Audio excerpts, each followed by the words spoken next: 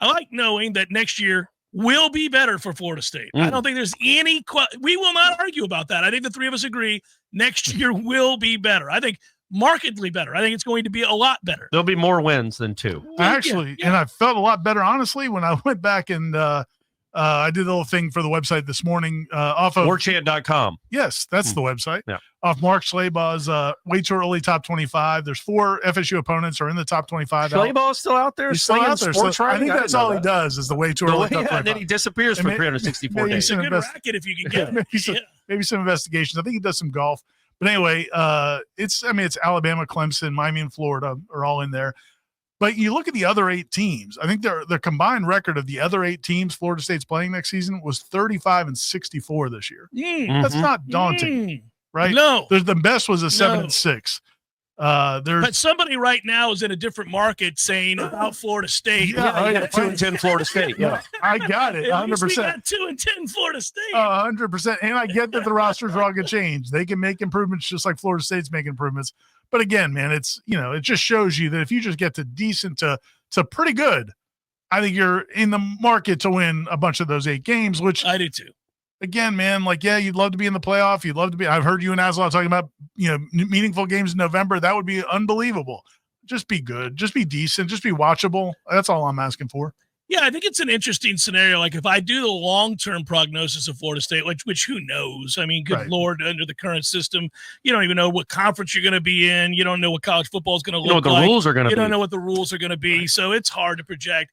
But under the current set of circumstances in college football, which is not ideal, not an ideal look for college football. I think the sport's struggling a little bit here. It's not very likable right about now. Correct. That's the best way to phrase it. It's not a likable sport. But what I was figuring was, in the interim, you got to do something between the extremes.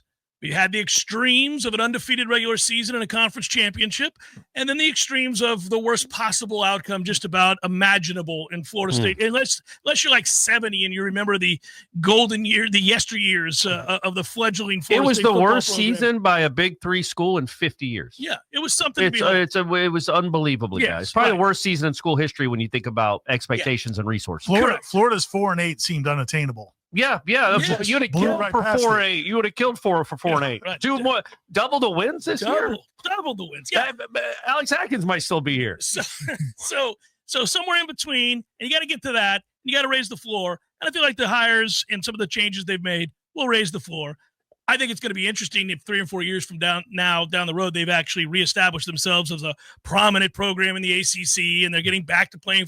We'll be having a different conversation about what Florida State's peak efficiency should look like. Yeah. But in the interim, to Ira's point, let's try to go ahead and win 8-9 games. And also just go out there and try to win some games. That's where I'm at. I mean, I'm sure people listening to this are like, hell no, it's got to be whatever, but I get it. And I'm sure Mike Norvell and his coaches are doing whatever they can to get it higher than that. But man, I'm not going to be disappointed. Somebody asked me if I'll be disappointed at 8-4.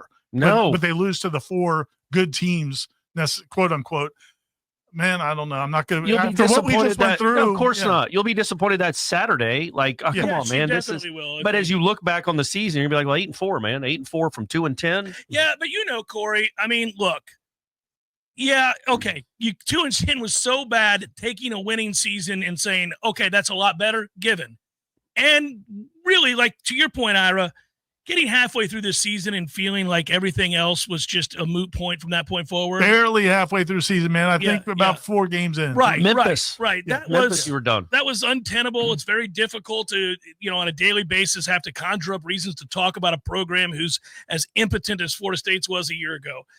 But at the same time, like if you're a Florida State alum, fan, booster, supporter of any kind for the last 30 years, you're like, well, what are we just going to change the standard that we're trying to live up to here because they have a bad season? You would say temporarily. Yes, maybe they are temporarily, but it doesn't mean that you're no longer accountable for aspiring to be the conference champion. Yeah. Perennial contender to win this league. It's a sorry ass league.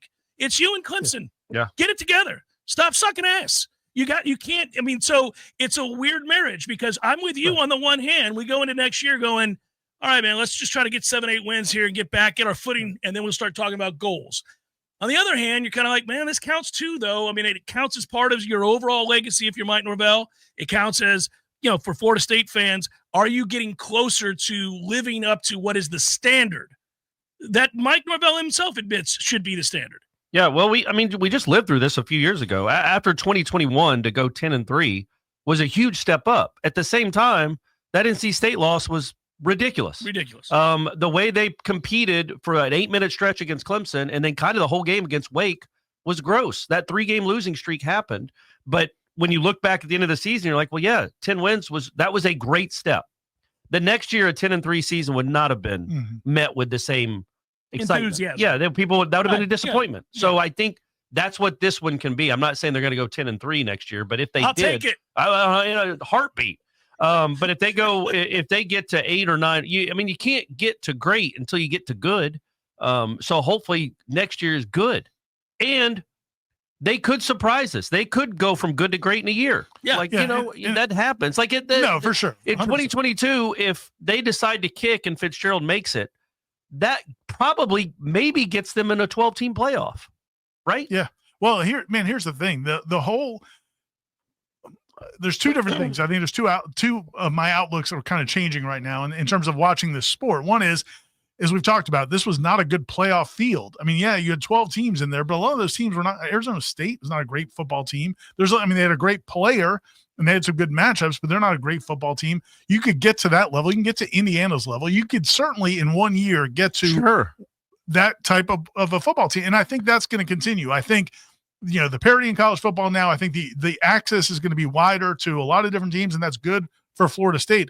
The other thing, though, you really need to think about, and we talk about the going from good to great, it's never really always been linear success, the paths to success. I get that.